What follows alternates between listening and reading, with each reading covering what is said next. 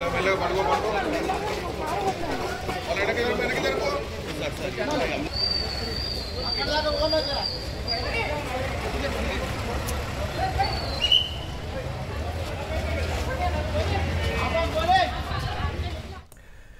మిట్టపల్లి సురేందర్ గారు గీత రచయిత ఫోన్ లైన్లో అందుబాటులో ఉన్నారు. సురేందర్ గారు నమస్కారం. రైట్, మీరు కూడా గీత రచయిత, వారు కూడా ఎన్నో సాహితీ తర్వాత ఎన్నో పాటలు కూడా రాసినటువంటి వ్యక్తి, పాడినటువంటి వ్యక్తి. ఎట్లా ఉండేది మీ ఇద్దరి మధ్య అనుబంధం, ఏ విధంగా ఉండేది? మా ఇద్దరి మధ్య అనుబంధం గురు శిష్యుల అనుబంధం ఉండేది. ఏదైనా సందేహం కలిగితే ఫోన్ చేసేది, మాట్లాడేది. ఎప్పుడైనా కలవాలన్నా అనుకుంటే ఇద్దరం కలిసి భోజనం చేద్దాం అనుకుంటే ఇద్దరం మంచి వెజిటేరియన్ భోజనం కోసం జూబ్లీ హిల్స్ లో ఈషా ఫౌండేషన్ లో కూర్చొని నేను, మా తమ్ముడు మరి శ్రీనివాస్ అని ముగ్గురం రెగ్యులర్ గా కలుస్తుంటే ఆయనతోని స్పిరిచువల్ ట్రిప్ వేస్తున్నాం మేము. ఎప్పుడైనా ఏదైనా పాట, ఏదైనా సందేహం వస్తే కూడా కాల్ చేస్తే ఎంతసేపైనా ఓపికగా వివరించుడు సార్.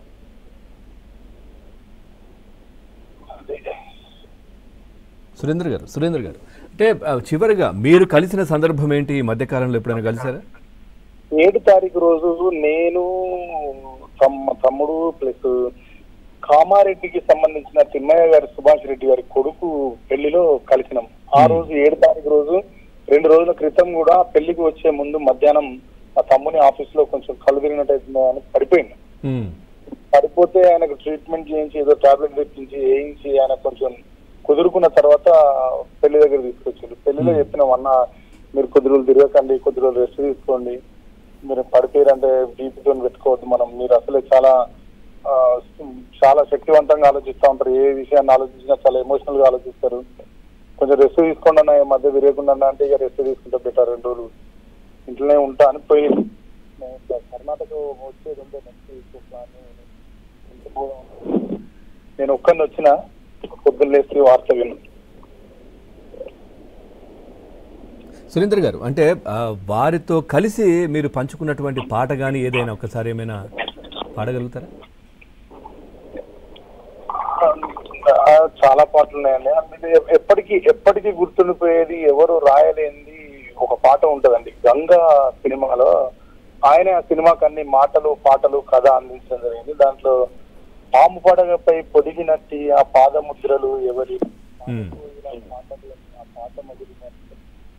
అడుగుతారు. దాంట్లో ఇప్పటి వరకు ఇంత కవిత్వ సృష్టి జరిగిన ఎవరు లేవది అని కొన్ని ప్రశ్నలు నేర్పిస్తారు. ఆశ్చర్యంగా అడుగుతారు. దాంట్లో గంట లోపల చిక్కుకున్న ఆ కంఠనాదము ఎవరిదో, నీటిలో నిదిరించే జీవులకు జోలపాడునది ఎవరో, ఉమ్మ నీరులో ఊరే శిశువుకు ఊపిరి లూజేది ఎవరో అని అడుగుతారు. అట్లాంటి కవి ఇంకా మళ్ళా పుట్టడండి. ఆ పాట నేను ఎప్పుడు అడుగుతుండే, నేను ఎట్లా వచ్చింది సార్ మీకు ఇది, ఎందుకు వచ్చింది సార్ అసలు ఈ ఆలోచన, ఎట్లా రాసింది సార్ ఇది, అన్ని విన్నట్టుగానే అనిపిస్తాయి మాకు కూడా, కానీ ఈ చాలా మర్మంతో కూడుకున్న రచన చేశారు. ఆ పాట నాకు బాగా ఇష్టం. దాని మీద ఎప్పుడు కలిసినా డిస్కస్ చేస్తుంటారు సార్ సార్తో. రైట్, థ్యాంక్ యూ సురేందర్ గారు. రైట్, ఏపూరి సోమన్న గారు కూడా